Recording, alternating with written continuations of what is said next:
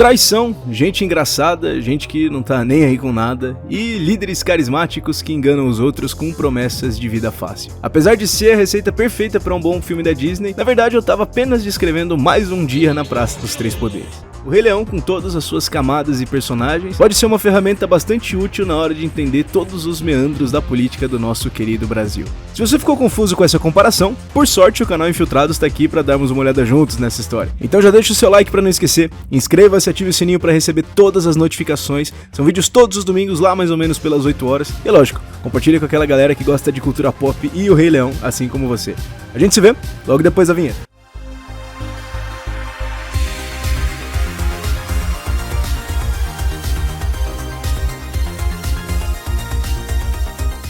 Com tantos filmes, livros e séries mais sérios abordando o assunto, por que diabos eu escolheria O Rei Leão, que é um filme de criança em última análise, para falar de algo tão complicado quanto política? Bom, basicamente porque todas as produções do tipo House of Cards acabam se perdendo um pouco na narrativa individual dos personagens. E apesar de trazer ali tramas reais e verdadeiras, eles às vezes podem atrapalhar um pouco na compreensão do panorama geral que eu gostaria de mostrar para vocês no vídeo de hoje. Além disso, o Rei Leão tá muito mais fresco e difundido no imaginário de todo mundo. E é lógico, o Rei Leão é um clássico, ou seja, a mensagem dele, justamente por não se perder nas miudezas do dia a dia, ela fica mais atemporal. A gente pode assistir o Rei Leão em 94, no ano de lançamento, 2023 e 2077, que a mensagem retratada no filme vai sempre ter o mesmo espírito. E já aproveitando o ensejo, essa é justamente uma das características que fazem os clássicos. No filme, logo de cara, somos apresentados ao nascimento de um novo rei e a continuidade dos ciclos sem fim. Nos primeiros minutos a gente já pode ver o que seria uma nação próspera e feliz, comemorando por ter mais um governante. Mufasa é um rei justo, bondoso, amoroso e que, sobretudo, respeita a ordem que existe no seu reino. Isso não fica só expresso na figura do rei. Os animais também entendem e respeitam a hierarquia, a ordem e os seus papéis. Assim, todos eles produzem um reino próspero e feliz.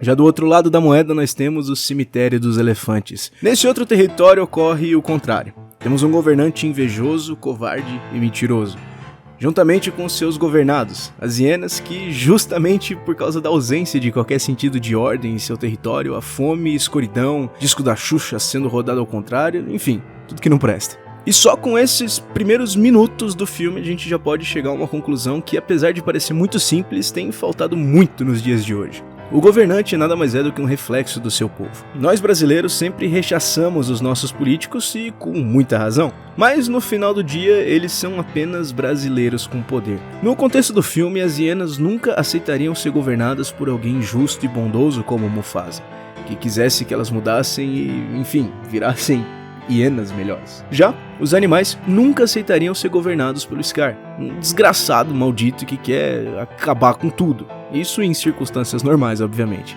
Mas aí você me pergunta, mas caramba, o Scar ele consegue de fato governar os animais. Como diabos um governante injusto acaba governando um povo justo?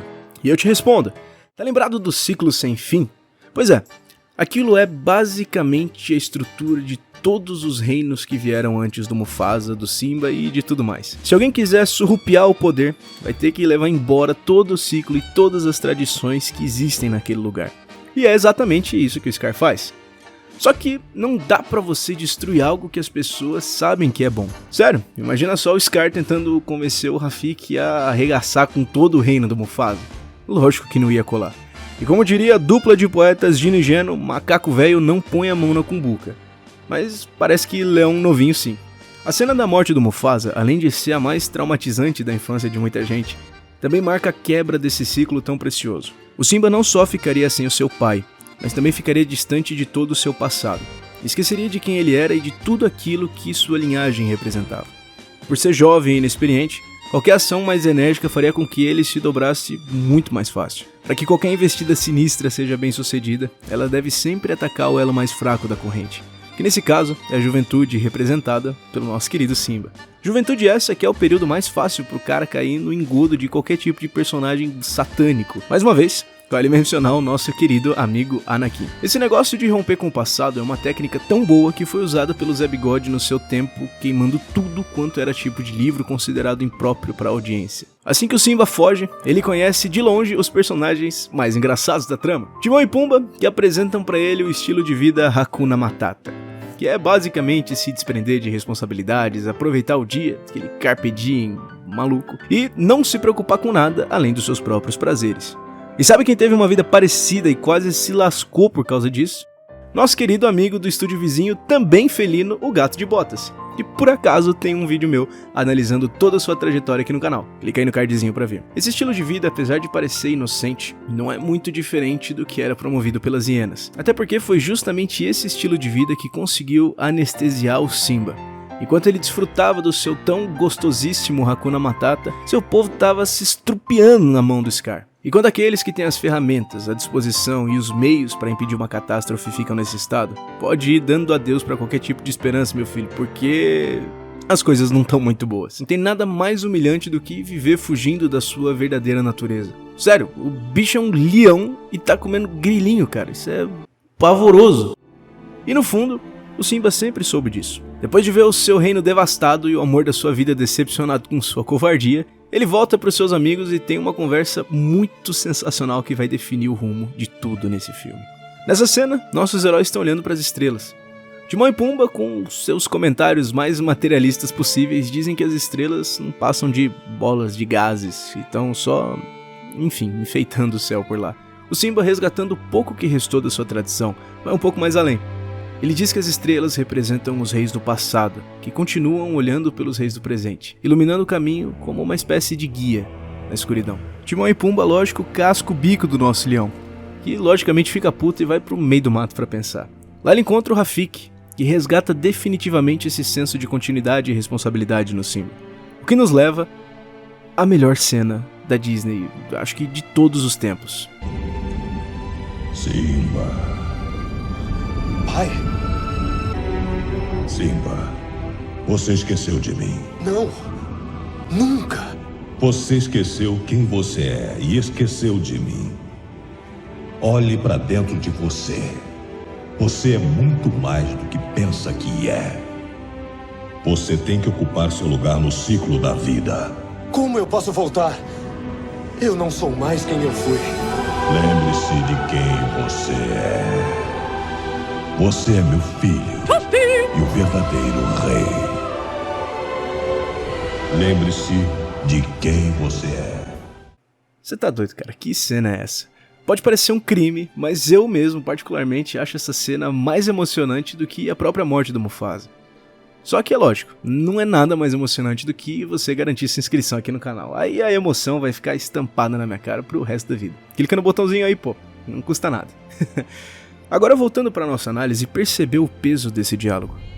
Aqui é onde toda a ordem é restabelecida. Aqui é onde o Simba finalmente percebe que ele é um indivíduo com uma missão. Que ele finalmente entende que é parte de algo muito maior do que seus próprios interesses e prazeres.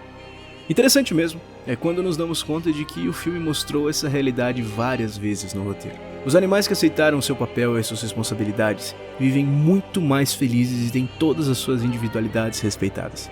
Cada um cumprindo sua função, gera cenas magníficas que vimos no começo do filme.